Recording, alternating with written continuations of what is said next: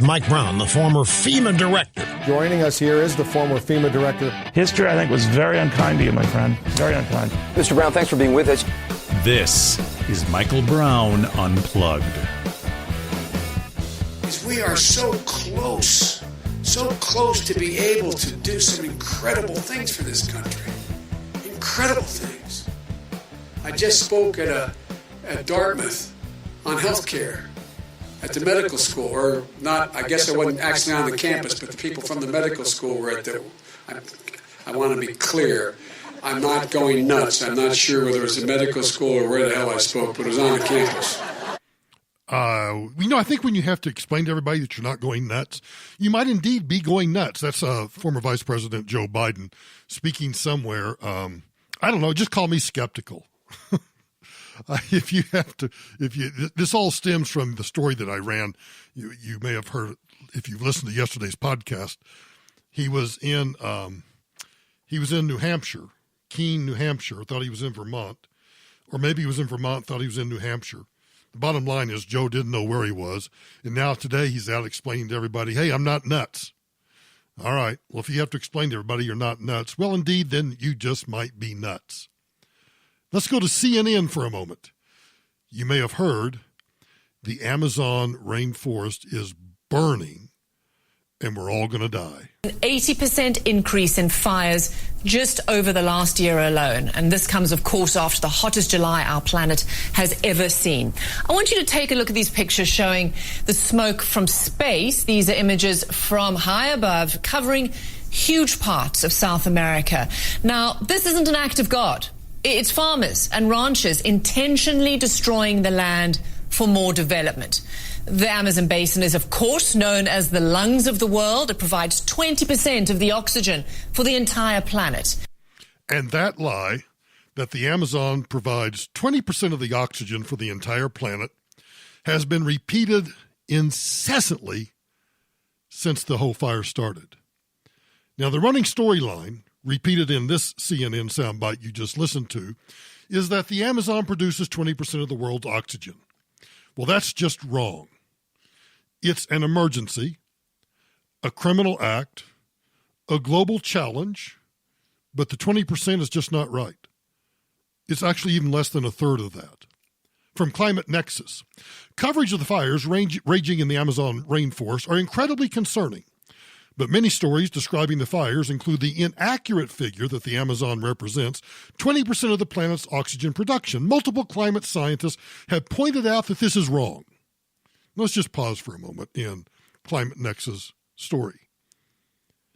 If the climate scientists are pointing out that it's wrong, I'm not talking about climate skeptics, I'm not talking about me, I'm talking about climate scientists are pointing out that it's wrong, then isn't it journalistic malpractice to continue to repeat the same trope when it is wrong? Now, Climate Nexus continues that while the fires are having a tremendous impact on the global climate and the well-being of local communities, and according to fire experts who study the region are perhaps unprecedented over at least the past 20,000 years, I want to pause here a moment again, too. Fires in India 7-10 years ago, those were unprecedented also. Dr. Jonathan Foley explained in a lengthy Twitter thread, the Amazon represents at most approximately 6%, SIX, of the world's oxygen production, and it is, quote, biologically and physically impossible for the Amazon to produce 20% of the world's oxygen. And in reality, even that 6% is probably an overestimation, given that oxygen production from plant growth is offset by the decomposition from plant death. Now, current oxygen levels are the result of millions of years of annual production. The loss of the Amazon is not going to cause oxygen levels to immediately plummet. But even beyond that, the vegetation that emerges after the fires will also produce oxygen. Dr. Scott Denning also noted on Twitter, even if all oxygen production on the planet were to stop, it would still take 1 million years for the oxygen to be depleted. So if all oxygen production stops today, it would take 1 million years for the O2 to be depleted? Now, the fires do consume oxygen directly, but that's not going to burn up any significant amount of the Earth's oxygen. Dr. Ken Caldera pointed out, also on Twitter, even burning all the fossil fuels in the world would only consume less than 3% of atmospheric O2. It doesn't, the facts just don't matter anymore. We live in a world where facts just don't matter. Photosynthesis converts atmospheric CO2 to living tissue, releases oxygen as a byproduct. But all of that oxygen is later consumed by respiration, decomposition, or combustion. And only a minuscule fraction of the oxygen produced by photosynthesis is actually even retained in the air. Now, when you think of the air is not just 100% oxygen. Thank goodness it's not. Nearly all of the production of oxygen happens in ocean sediments, not on land. And even if all oxygen production were to cease tomorrow, it would still take that 1 million years for atmospheric oxygen to be depleted. Why do they continue to spout an absolute falsehood? NBC, ABC, CBS, CNN, they all keep using the same trope over and over and over. And then, of course, they have to blame farmers and people that want to do development. This entire country. Oh, beautiful for spacious skies.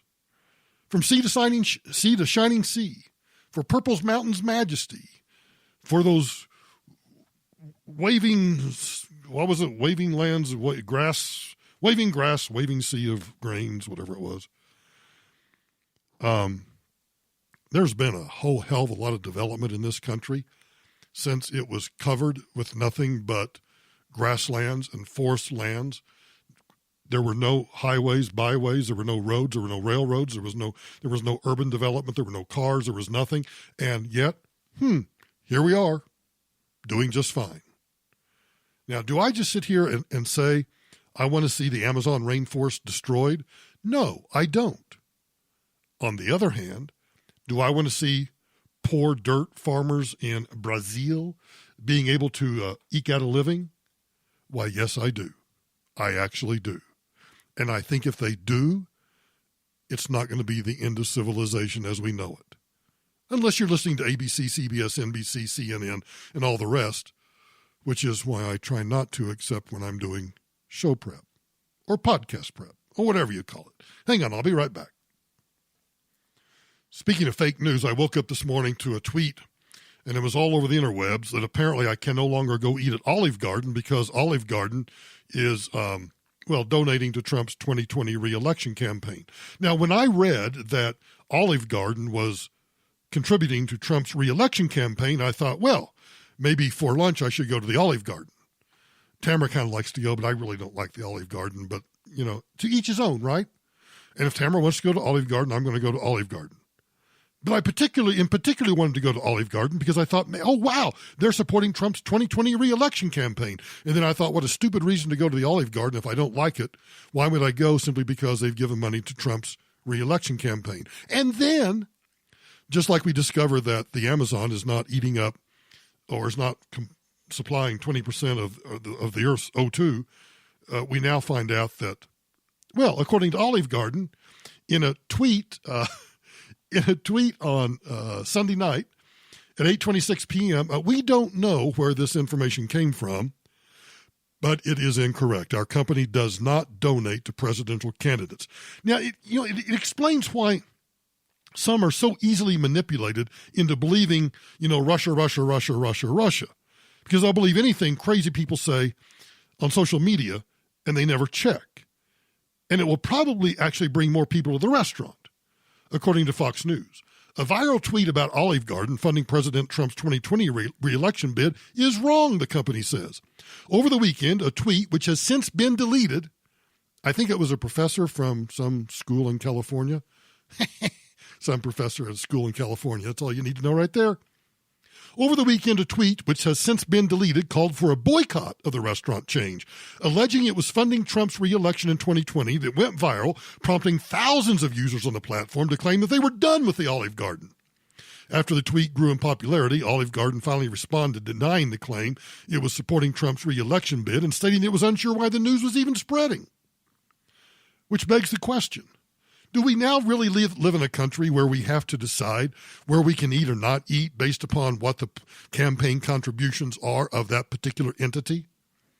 It's like, I'm not going to go to Chick-fil-A because Chick-fil-A hates gays. No, they don't. Did Chick-fil-A contribute some money to some pro-marriage campaigns? Yeah, it might have. You know why I like to go to Chick-fil-A? Waffle fries. The other reason I like to go to Chick-fil-A? Styrofoam cups.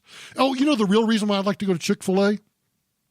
Really friendly, nice, non-judgmental people that are always pleasant, kind, nice to deal with, and don't treat you like a dirtbag. Why is it? I know that I talk a lot about politics, and I do because, well, that's my forte, and I'm fascinated by politics. I'm getting sick of the idea that I can't go see this movie because somebody's in it. I can't go watch this television because it's blah, blah, blah. I can't eat there. I have to eat here. It's like the whole story that's been on Drudge for the past 24 hours about the Chinese social score system. If you jaywalk, well, you get a demerit, and you get so many demerits, then you can't use public transportation, you can't fly, you can't stay in nice hotels. Your kids can't go to a nice school, and then the story goes on to talk about, and if you haven't read the story, it's in Fast Company, and I actually would encourage you to look at it because it is somewhat disturbing, in which Fast Company talks about how places like Uber, Airbnb, insurance companies, the like, are now developing social scores. Think about, and I know, for example, if I apply for a $1 million life insurance policy, and on that policy, I state that I don't do skydiving, or I don't do rock climbing, or I don't engage in any sort of dangerous physical activities in the wild. And then that same life insurance company, while it's scouring my social media sites, sees pictures of me jumping out of an airplane or sees me rock climbing up in Boulder Canyon somewhere, they might accuse me of having lied on my application for that $1 million of policy and might come back and say, hey, you told us this. It appears you're doing that. And then you have things like Uber. And I don't know why the Fast Company article talked about, surprise, surprise, but when you step out of the Uber and you are asked to rate the Uber driver, how many of you knew that the Uber driver was also rating you? Well, I've known that for a year or more. And I know what my rating is. I figured out a way a long time ago to if you're really nice to an Uber driver, they'll actually show you what your rating is. It's probably a violation of some company policy, but it's because I think 5 is the highest rating you can get on Uber. I think I'm like a 4.5 or a 4.8. Yeah, I'll take that. But if I drop below a certain amount, see, I get down to a 2.1, like a D- or something. Well, then Uber drivers can refuse to come and pick me up. You see, we're kind of implementing our own social score system in this country, but we're doing it, and this is why I want you to read the Fast Company article, is because we are doing it outside the legal system. We're doing it through social media. We're doing it through giving up all of this information about ourselves, violating our own privacy rights, agreeing to terms of services that we never read, agreeing to all of these things that can be used with our personal data, and we shrug our shoulders. And so we're allowing Silicon Valley to determine what services we can use or not use. The Fast Company article even talks about an app. I forget, I don't have the article in front of me, but they even talk about an app that is used by restaurants, or in particular, it's used in particular by bars, that if you say you go to a bar in New Jersey, and while you're in New Jersey, you pick a fight and you end up getting kicked out. Well, what this app does is when you walk into the bar, they scan your ID. So you give up your privacy. Does the bar need to have my ID? We went somewhere the other day that said, if you look to be over 50 years old, we will ask for ID before you can sit in the bar. And I thought, how do you determine who looks over 50 years old or not? I mean, I don't look a day over 37. But stop and think about this app. So you walk into a bar. The bar sounds like a joke, doesn't it? So you walk into a bar, and the bouncer at the front door, or the concierge, or the maitre d', or the hostess, or whomever says, "Well, before you can come into the bar, may we see your ID, please? May we see your papers, please?" If you didn't hear my tirade about Real ID yesterday, you'll get that reference. So I walk into a bar.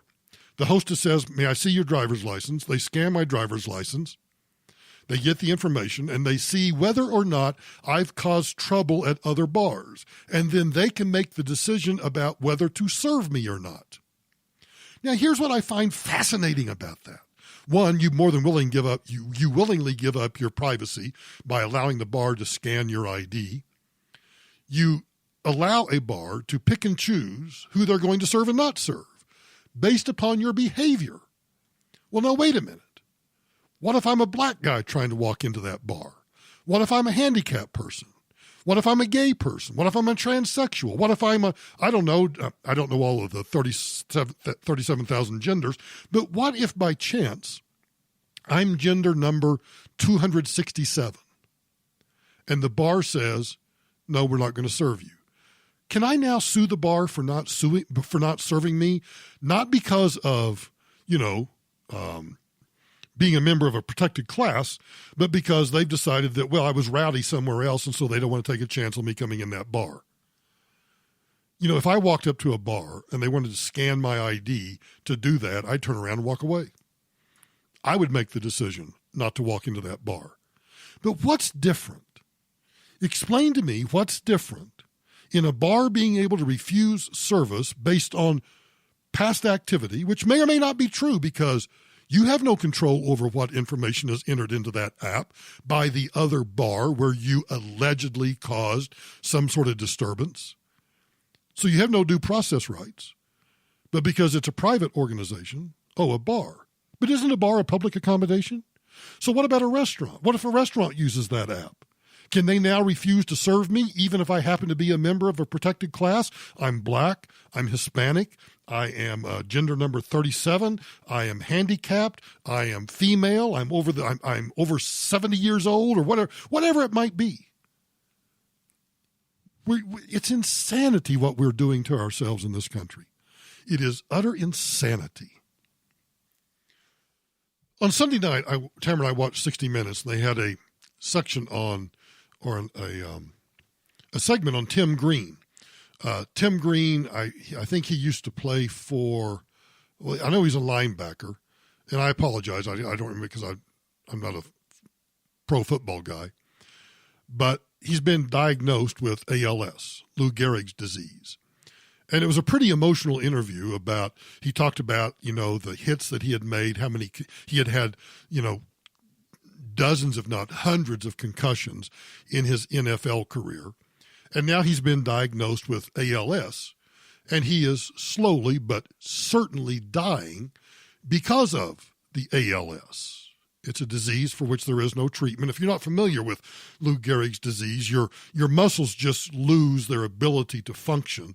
And over time, you can't speak, you can't walk, you can't sit up, and pretty soon you can't even breathe. I mean, it's just a horrendous disease. Where Andrew Luck, who plays for the Indianapolis Colts, announced that he was retiring before the start of the season. I just want you to listen to what he had to say. Then I want to talk about it for just a second. Certainly isn't how I envisioned this or planned this, but I am going to retire. This is not an easy decision. Honestly, it's the hardest decision of my life, but it is the right decision for me. For the last 4 years or so, I've been in this cycle of injury, pain, rehab, injury, pain, rehab. And it's been unceasing and unrelenting, both in season, and off season.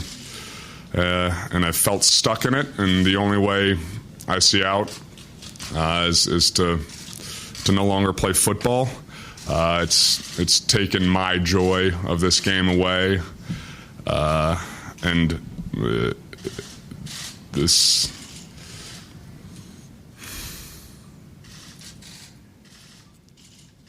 Sorry.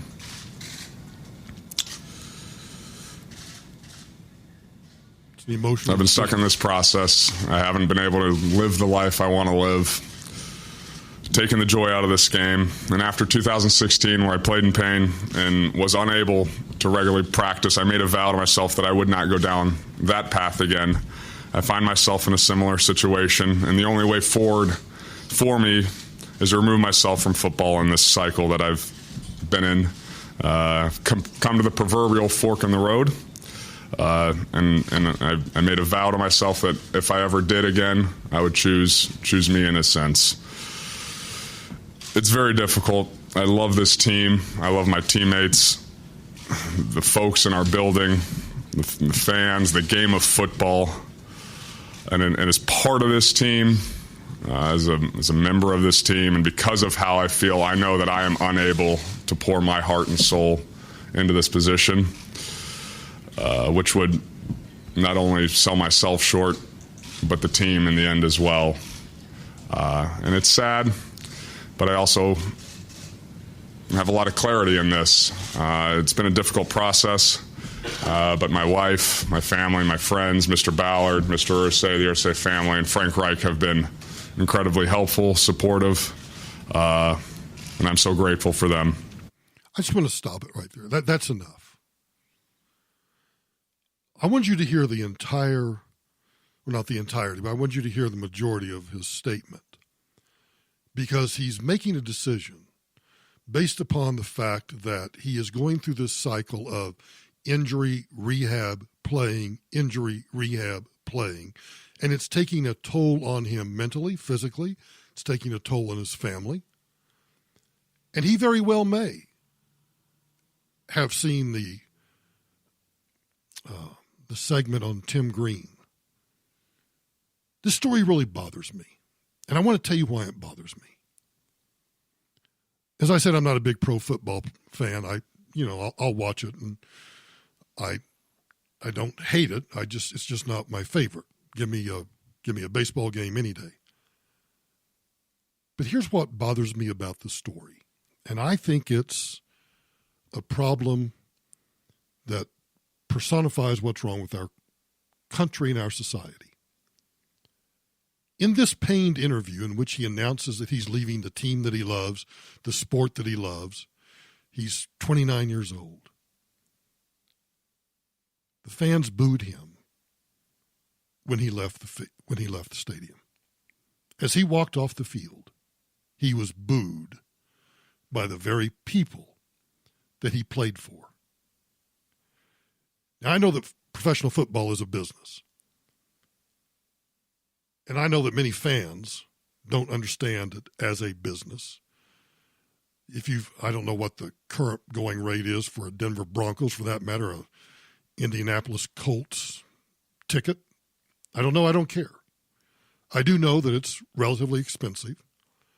And if you have the really good seats, you're probably not just some schmuck unless you happen to have inherited some season tickets or something. But who the hell are those people to boo him for having made the decision that his family and that his own physical and mental well-being come before them?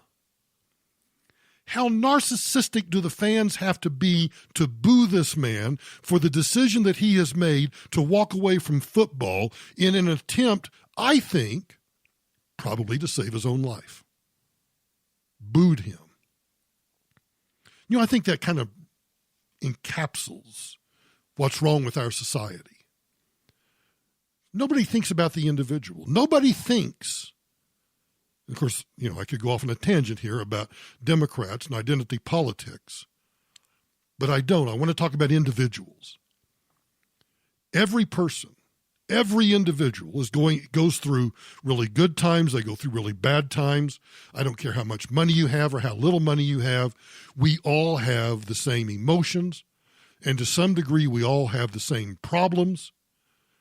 And how we react to those problems personifies what our character is. I don't know anything about Andrew Luck other than this statement and that he made a decision to walk away from the sport that he's played his entire life, that he was probably getting paid millions to play. I've heard commentators talk about how, well, the Colts will never win a Super Bowl this year. So was Andrew Luck supposed to endanger his own health, continue the cycle of injury and rehab and not playing just for the chance to win a Super Bowl? Or is he allowed, is he even allowed in modern American society to make the decision that, you know what, I've played, I gave it my all, but I have reached the end, and I'm no longer going to do this. I'm instead going to focus on rehabilitating my own body, rehabilitating my own mind, I imagine, spending time with his family, and probably praying to God every single day that he doesn't end up like Tim Green and end up with ALS. Now, I don't know if there's a causal link between Tim Green's ALS and his playing as a linebacker. They do believe there's some causal link between concussions and some of these neurological disorders. But think about how he must have felt. I heard him somewhere on the radio early this morning. Yes, I heard the boos, and it really hurt me. Do you think the fans care if it hurt him or not? No, because they were selfish SOBs. They were selfish people that all they cared about was, well, here's the guy that, you know, we cheered on and on and on, and now he's not going to play, and we may not get to go to a Super Bowl, and wah. It's unfreaking believable how narcissistic and selfish this nation as a large has become. How would you feel? How would you feel if you knew you had some horrific disease and you walked in and, you know, you were the key man in your organization and you told the board of directors, you told the shareholders, I can't do this anymore. I'm walking away. Tamara and I watch a program on Showtime. I think it's on Showtime. It's called Succession. And it's loosely based. I mean, every time I watch it, I think about Rupert Murdoch and Lachlan Murdoch, and I think about the Murdoch family and the 20th Century Fox and Fox News and all of that, News Corp. In this episode that played on Sunday night, the patriarch of the family, Roy, I forget what his first name is, something Roy. They go to a corporate retreat somewhere outside Budapest. And he treats the people there in the most disgusting, humiliating manner that I've seen. To the point that I have to admit that I sat there disgusted and then just kind of started putzing around on my computer because I was so disgusted by it. But you know what I was more disgusted by? And I know that we all have to make choices. And so the people that were in the room, as he was humiliating them, making them go over by the fireplace and get down on all fours and throwing sausages at them, humiliating them and calling them names. It was truly just a vile episode. People in the room, because they wanted the money, they wanted the big salaries, they were willing to take the humiliation, the degradation, the absolute inhumanity of the way this corporate titan was treating them, because as one of the characters said, very bluntly, in an offhanded remark in a hallway, well, I need the money. I'm trying to put somebody through school, and I'm trying to do this, and I'm trying to do that. And I thought, okay, I get that. What's the limit to the type of humiliation you will take just for that check? What is the limitation? Andrew Luck has discovered what it means to decide that he's going to make a decision that I'm no longer going to go through this cycle of injury and rehabilitation because it's damaging my relationships and my family and my body, and I'm moving on. And he walks off the field where he has given everything to the Indianapolis Colts and their fans, and they boo him. Well, screw you, Indianapolis Colts fans. And frankly, screw anybody that thinks that selfishly that he owes you anything. He doesn't owe you squat. He's in a business, and his business is to play quarterback and be the best he can. And he no longer thinks that he can do that. His heart and his soul are no longer in it. So if you are one of those who boo Andrew Luck for doing this, I think you are part of what's wrong with American society right now. You have bought into the fantasy land that somehow everybody else's life is your life to control. It is not. We are supposed to live in a society where people can make their individual choices, exercise their individual freedom. And you and I need to learn to respect those choices. I may not agree with the choice. Somebody makes a choice to assuming it's not criminal, they make a choice to take this job or that job, or to not do this job or not do that job, or to live here or there or wherever, to do this or do. I may not agree with it, but the one thing that I do is I respect their decision to make the choice that is best for them. If they want to ask me for my advice, I'll give them advice, but it's not my role to tell them, and it's certainly not my role to boo them as they leave the field. I'll be right back. If you have the chance, I'd suggest you go over to the Heritage Foundation, go to their website, heritage.org, because they have a great new study out called "It is Arithmetically Impossible to Fund the Progressive Agenda by Taxing the Rich." It was conducted by the Heritage Foundation, and it includes the implausibility of financing this leftist agenda, like socialized medicine, the Green New Deal, Andrew Wang's universal basic income, tuition-free college, other programs, that frankly, all of the candidates on the Democrat side, with I think even when Hickenlooper was in, the former governor of Colorado, when he was in the race, even he was kind of loath to not endorse some of these things. The author of the study is David Burton. He writes that even using lower cost estimates, confiscating every dollar earned by every taxpayer with incomes of $200,000 or more would only pay for about half of the agenda.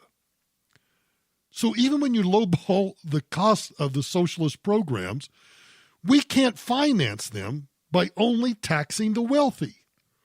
So, when Bernie Sanders says that he's going to have to increase taxes on the poor and the middle income, he's actually telling you the truth. The author says that he estimates that the programs pushed by Democrats would cost U.S. taxpayers at least $48 trillion in new spending over 10 years, which would nearly double current federal expenditures. The programs could cost as much as an additional $92 trillion under higher estimates. Now, do you take the lower estimate? There's a new government program being proposed. The low estimate is $100 a year. The high estimate is $1,000 a year. Which estimate are you going to bet on? That's exactly right. He says that the reality is that progressive promises can only be funded by radical tax increases on the middle class, a dramatic increase in annual federal deficits, which is a tax on future generations, and the national debt, or a combination of the two. And he points out that federal borrowing is already dangerously high. Of course, Republicans don't care anymore because, the president is a Republican and the senators are Republicans, and the House, we don't care. Deficits don't matter. Here's the axiom that you need to learn. The party in power never cares about deficits or deficit spending. He writes in the report, progressive policies, if enacted and debt funded, would dramatically accelerate the day of reckoning. When the inevitable debt crisis occurs, taxes on the middle class will have to be raised radically.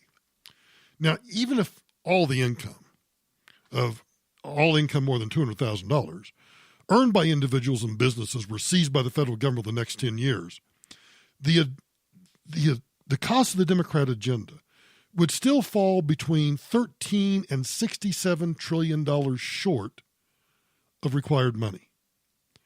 Now, I think the entire field of 2020 Democratic presidential candidates, even those that call themselves moderates, the farthest left candidates endorsing the most fully socialist proposals, those are the ones that are actually leading the pack right now. Joe Biden, although I'm not sure, depending on the day, whether he's the front runner or not, he presents himself as one of the moderates. But when you look at his actual policies and his actual proposals, he's actually much further left, even among Democratic voters on issues like border security, abortion, socialized medicine, all of that. Former Congressman John Delaney and former Colorado Governor John Hickenlooper led the criticisms of these lefty progressive proposals, and of course they're no longer in the race. So arithmetically impossible to fund this agenda. Wouldn't it be great, and I know this is just a pipe dream on my part, but wouldn't it be great in the next Democrat debate if the moderators really kind of kept digging at the candidates about how you're going to fund this, where you're going to get the tax dollars, and aren't you at some point going to have to either increase the national debt, increase budget deficits, and tax middle income and lower income taxpayers? Yeah, that's not going to happen. Hang on, I'll be right back. I want to go back to a topic that I covered yesterday. You may recall that I mentioned that on CNN, Dr. Alan Francis, the former chairman of the psychiatry department at Duke University, claimed that President Trump may be more responsible for many more million deaths than Hitler, Stalin, and Mao. Here's what he said on CNN. Never met the man. Exactly. You can describe what you're seeing. So, Dr. Francis, I know you disagree with this view that Dr. Lee and a couple other dozen psychiatrists have published in this book. You say it's dangerous to be talking this way. Why? Well, I think that medicalizing politics has three very dire consequences. The first is that it stigmatizes the mentally ill. I want to pause for just a moment. And the reason I want to pause is this. Did you hear Brian Stelter just then do a After the doctor said something about medicalizing politics, Stelter says, keep that in mind because that's important. I've known thousands of patients. Almost all of them have been well-behaved, well-mannered, good people. Trump is none of these. Lumping the mentally ill with Trump is a terrible insult to the mentally ill, and they have enough problems and stigma as it is. The second issue is that calling Trump crazy hides the fact that we're crazy for having elected him, and even crazier for allowing his crazy policies to persist. Trump is as destructive a person in this century as Hitler, Stalin, and Mao were in the last century. He may be responsible for many more million deaths than they were. Okay, let's stop it there. You heard the entire soundbite yesterday. Now, somebody ought to provide a history lesson to the doctor. Chairman Mao is probably the top killer of the 20th century. We just don't have a good record of it because it occurred outside the prying eyes of the media. But his regime murdered at least, 45 million people as he pushed through his great leap forward. Stalin murdered at least 20 million people during his oppressive regime, and that includes millions in Ukraine from 32 to 33 with the man-made famine. Do we have to discuss Hitler? It's disgusting and insulting to the victims, the survivors, and the family members that not only died in those genocides and those atrocities and that Holocaust, but even for those who suffered under those regimes. But here's what makes it worse. This whole kerfuffle over this one segment on CNN. Brian Stelter, I think it's actually Stelter, Brian Stelter, he actually claims that he didn't contest what the doctor said because he didn't hear what the doctor said. So was he just doing because he wasn't paying attention?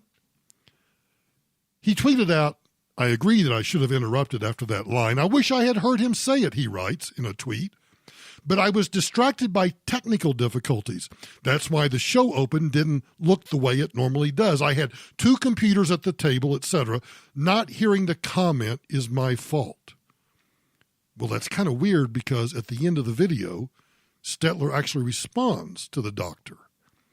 And from what I have seen when I watch the news, and what I have seen when I am a host, a guest, the host has, because I've actually not just done remotes, for example, for Fox News. I haven't just sat in a studio at the Fox Bureau in downtown Denver. I've actually been in the Fox studios. And whether the host is Neil Cavuto, whether it's Shepard Smith, whether it's Sean Hannity, doesn't make any host on any television show, there is in the production room, there's a producer on the floor, there are makeup artists always around, there are bookers, there are all sorts of people around all of the time, so that when something happens, they can whisper in the ear immediately, "Hey, bozo, the doctor just said this. You need to go back and ask him about it." So I think it's a little disingenuous for Brian Stetler to claim that, "Oh, I didn't hear him." First, you seem to audibly respond to him as he was talking, and two, don't lie to us. I mean, I know most people don't get to be inside a television studio, but I just told all of my listeners exactly how it works inside a television studio. There were people listening to everything being said. Somebody whispered in your ear. And if they didn't, the story's even worse than it was yesterday. Hang on, I'll be right back. So let's go in the Wayback Machine for a minute. Do you remember back in December of 2018, Robbie Suave over at Reason reported in a story titled "Media Attacks Heisman Trophy Winner Kyler Murray for Homophobic Tweets He Sent as a 14-year-old. Here's what Reason Magazine wrote. University of Oklahoma quarterback Kyler Murray won the Heisman Trophy on Saturday. The internet being what it is, some folks on social media apparently took this as an opportunity to go looking for reasons to be outraged and discovered some homophobic tweets Murray sent out when he was in high school. Murray apologized right away, tweeting, quote, "I used a poor choice of word that doesn't reflect who I am or what I believe. I do not intend to single out any individual or group." Now, for some reason, the story goes, many media outlets decided this little non-controversy demanded a write-up. As of early Sunday morning, 4 offensive tweets, Reason wrote, using an anti-gay slur, remained active on the Heisman winner's account, USA Today tweeted, with a link to its article titled, "Kyler Murray, Heisman winner's old homophobic tweets resurfaced." MSN, Yahoo News, the Daily Mail, New York Post, all wrote similar articles because a 14-year-old boy, behaving unwisely, used the word queer as a slur is somehow shocking and newsworthy. The Daily Mail even claimed that Murray's post-Heisman glory was short-lived because of the stupid tweets he had written. Now, media amplification is critical. And in the age of Donald Trump, old tweets are used to political effect. As you can see if you dig through it all, any of the NBC News posts about how Donald Trump's old tweets haunt him today. The media has not been immune. When Sarah Jeong was hired for the New York Times editorial board, a senior and influential position, I might add, her long string of racist tweets were exposed by the media. Those tweets were not from her teenage years, were made just a few years ago, making them, I think, arguably more relevant given she was joining the editorial board of what is ostensibly the most influential newspaper in the country. You can read the tweets. You can look her up online. They don't go away. Well, anyway, the New York Times is not happy that journalists are now being subjected to such scrutiny by apparently Trump supporters. What's happening is Trump supporters have adopted the Media Matters rule, and they're going back and they're digging into the social media sites of journalists. And that's ticked off the New York Times. The New York Times wrote this story. Trump allies target journalists over coverage deemed hostile to White House. Well, are journalists immune? If I'm a reporter, or if I am, I don't care, a booker, I'm a producer, I am a coffee runner, I'm a gopher, I'm an intern, whatever, and I'm working for Fox News, CNN, MSNBC, ABC, CBS, NBC, or I'm working for the Washington Post or the New York Times or the Detroit Free Press or the Denver Post or anybody else, am I somehow immune? Am I granted immunity from stupid things I've said in the past, but yet private citizens aren't? Are journalists on a different pedestal than just ordinary citizens? I don't think so. The New York Times thinks so. They write, a loose network of conservative operatives allied with the White House is pursuing what they say will be an aggressive operation to discredit news organizations deemed hostile to President Trump by publicizing damaging information about journalists. It is the latest step in a long-running effort by Mr. Trump and his allies to undercut the influence of legitimate news reporting. 4 people familiar with the operation described how it works, asserting that it has compiled dossiers of potentially embarrassing social media posts and other public statements by hundreds of people who work at some of the country's most prominent news organizations. Of course, the New York Times would describe itself as one of the country's most prominent news organizations. The story continues. The group has already released information about journalists at CNN, the Washington Post, and the New York Times, 3 outlets that have aggressively investigated Mr. Trump in response to reporting or commentary that the White House allies consider unfair to Mr. Trump and his team or harmful to his re-election prospects. Here's the problem. That's just standard opposition research. Politicians do it against each other all of the time. And the media does it incessantly. There's no claim in the New York Times story that any of the quotes that these people have dug up are fabricated. The New York Times writes, but the material publicized so far, while in some cases stripped of context or presented in misleading ways, the media's never done that, right? But the material publicized so far, while in some cases stripped of context or presented in misleading ways, has proved authentic, and much of it has been professionally harmful to its targets. So, who's behind all of this? Well, according to the New York Times, it's Trump supporters. This is all so patently absurd. Why should the media be above scrutiny when others, whether they're politicians, cultural figures, or anybody right of center, are subject to incredible scrutiny of anything that they've ever written, maybe even when they were 14 years old? It is absurd that the New York Times would be in such a dither over this. It's, you reap what you sow. You just simply reap what you sow. And that's all I got to say about that. I'll be right back. Speaking of Mao Zedong and the Great Leap Forward, Bernie Sanders may top that. His answer to Alexandria Ocasio-Cortez's Green New Deal would actually devastate the entire American economy and would likely result in the death of a still higher percentage of the population. And I don't think I'm using hyperbole here. If you disagree with me, send me an email. I'd like to hear about it. Because the proposals coming out of this top Democrat presidential candidate would make some dictators gasp in horror. The price tag alone makes it obvious that the United States would not survive intact. Federal debt is already higher than the $21 trillion total annual economy. That constitutes a very serious problem that needs to be addressed, but of course nobody's going to address it. And yet here's Bernie Sanders wanting to spend $16.3 trillion just to combat carbon emissions in some stupid, unfounded belief that they make the weather too warm. Now, this vast fortune of money that we don't have would be spent taking a wrecking ball to the economy in order to inflict what Sanders calls a, quote, and see if this doesn't sound familiar, a wholesale transformation of our society. I'm sick and tired of everybody trying to fundamentally transform the United States. via the Wall Street Journal. To start, he'd switch electricity and transportation to 100% renewables by 2030. It's 2019.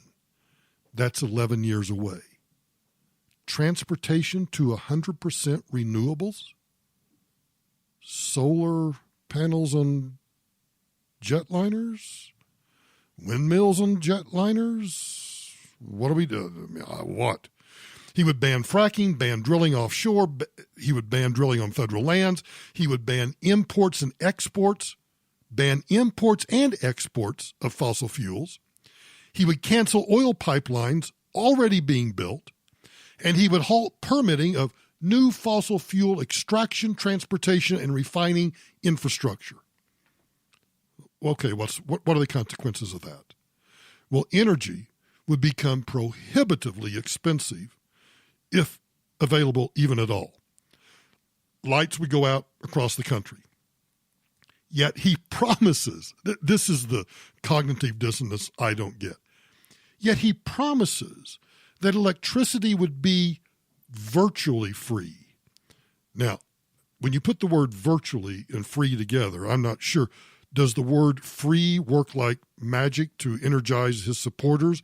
And does virtually mean it's going to cost you a boatload more than it used to, but it would be almost free?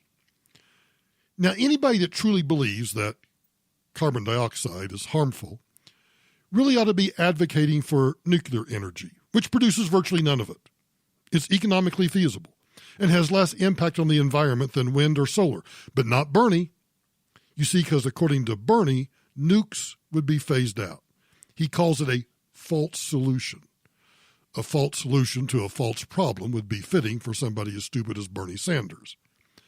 But nuclear power is a viable option. So it's not going to do. Now, he might match Mao's China not only for economic mismanagement, but also for vindictive tyranny.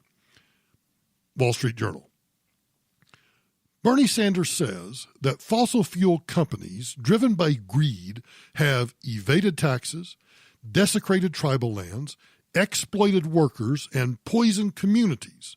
He believes this amounts to criminal activity, and as president, he would tell his Justice Department to pursue criminal actions against fossil fuel companies. Not only would he not allow the efficient production of energy, he wants to jail those who have provided it in the past. You know, kind of like with AOC's Green New Deal, the Bernie Sanders plan boils down to suppressing energy production and just expanding the welfare state. It includes free universal school meals, an expansion of the already overextended food stamp program. He wants to hand out free money to farmers of color because, farmers of color are so much better than farmers of non-color. And this might be implemented as another expansion of the insane Pigford pig out. Remember that one? Where blacks have been able to collect other people's money by claiming to be farmers? Among the money-wasting proposals, according to the Wall Street Journal, includes $36 billion to help people, quote, transform their lawns into food-producing or reforested spaces. My front yard and my front lawn's not very big. I guess we'll put the rainforest in my front yard, or we'll put the Carson National Forest in my front yard. And then I'll have bears and beavers and all sorts of stuff. I don't know. Meanwhile, this stupid hoax that supposedly it's a hoax that necessitates a maniacal scheme is actually beginning to collapse, as I pointed out at the beginning of this podcast. Because the unadulterated raw data shows that despite rising carbon levels, temperatures have actually remained basically flat since as far back as 1930. Mao's horrific Great Leap Forward at least attempted to accomplish something real, rapid industrialization. Democrats want to inflict a Green New Deal that's based on hype, misinformation, and a fantasy, and actually wants to accomplish something else very real, rapid deindustrialization, moving us back to, the Stone Age. Oh, these guys are nuts. Hang on, I'll be right back. Oftentimes I like to make fun of what goes on in California because, well, what happens in California eventually makes its way across the Continental Divide into Colorado, and it infects the entire country. But you know another good place to make fun of sometimes? Canada. In Canada, their concept of human rights is so oppressive that they're now using human rights as a way to punish a father because he didn't hire a babysitter. The father of two, identified only as Todd F., is being investigated by the Alberta Human Rights Commission after a complaint was filed against him in 2017 by the babysitter, James Kranowski. Todd posted an advertisement on something called KIJIJI.com. It's a popular classified Canadian ad site. He was trying to find, or it said, a babysitter wanted for evening, Friday, September 1, for his two sons, then 5 and 8, because he was planning to go out and meet a friend for dinner. So he asked this guy, James Kranowski, he asked him some basic questions. He figured out that Kranowski is 28 years old and male. Well, then the father, Todd F., his plans fell through, so he didn't need a babysitter. So naturally, instead of following up with Todd, Kranowski instead filed a formal complaint with the Alberta Human Rights Commission on September 1st, claiming to have been discriminated because of his age and gender. Kranowski must have been looking for an opportunity to file a complaint because he's done so before. Well, this calls to mind another story that I remember, Jonathan Yaniv, who presents himself at businesses that provide Brazilian wax services to women. Remember this? Yaniv declares that he identifies as a woman, and when they refuse to handle his genitals, he shakes them down or he turns them into the Human Rights Inquisition. Now, Todd F., the father, says that he will avoid using any babysitters in the future. Kind of hurts the economy. The gig economy, he just hurt the gig economy. Not Todd, but because of what Kranowski did. Now, if the case against him succeeds, I assume that other Canadians are going to do the same, unless they already know a suitable neighborhood teen. But who wants to entrust their children to any random stranger who will demand that they be hired on the basis of their gender, age, race, sexual preference, etc.? You know, any government that tells you that you do not have the right to determine who you hire to babysit your own children is a tyrannical government, regardless of whether it holds elections or not. Man, things are out of control in Canada. Watch out for human rights commissions. Hey, let's get a taxpayer relief shot in. This comes to us from Baltimore, courtesy WBFF, actually ABC7 WJLA. An off-duty Baltimore school police officer and a retired Department of Corrections officer shot and killed an armed robbery suspect after he tried to rob them in North Baltimore Saturday night, according to the Popo. The suspect was in critical condition after being shot. He was later pronounced dead. The two victims were at the corner of East 23rd Street at Guilford Avenue at about 11:14 p.m. when they were approached by an armed man trying to rob them. The retired Department of Corrections officer and the school police officer both took out their concealed guns and shot at the suspect, striking him multiple times. He ran to another block where he collapsed. He was taken to an area hospital where he was pronounced dead later. Thanks for listening to this episode of Michael Brown Unplugged. I have some good news coming along. I'm not going to announce it yet. I'll probably announce it maybe tomorrow, maybe Thursday. You'll have to stay tuned and hear for yourself. But let's just say that, one word, radio. Oh, I'll continue to do this podcast, and I'm working with a Homeland Security company. I have been doing and will continue to do podcasts and work for them too. But there may be some announcement about radio in the very near future. So be sure and stay tuned for that. Meanwhile, you know the drill. If you listen to us on iTunes, I would really appreciate it. really would if you would leave a 5-star rating. And if you have the time, just 1 sentence, 2 sentence in a review about why you like the podcast. And then if you want to follow me on social media, you know the drill. You simply go to michaelbrowntoday.com. And I want to emphasize, too, on Facebook, if you like the Facebook page, facebook.com/Michael D. Brown, then ask to join the discussion group. I don't let anybody just post on my Michael D. Brown Facebook page. I only let people that are a member of the discussion group post, simply because I want to control what is seen by outsiders on my Facebook page. And quite frankly, I've got some nuts out there that if I let anybody post anything on my Facebook page, well, then I might have to start knocking some heads, and I don't want to do that. So like the Facebook page, and then once you like facebook.com/Michael D. Brown, then go in and ask to join the discussion group.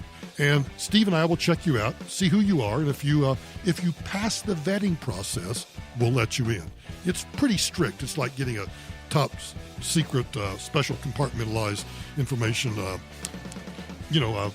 security clearance. So be sure and do that. Follow me on Twitter, follow me on Facebook, follow on YouTube, because we also post the podcast on YouTube. And I know a lot of people listen to the podcast on YouTube. You'll find all of that at michaelbrowntoday.com. Thanks for listening. I'll talk to you tomorrow.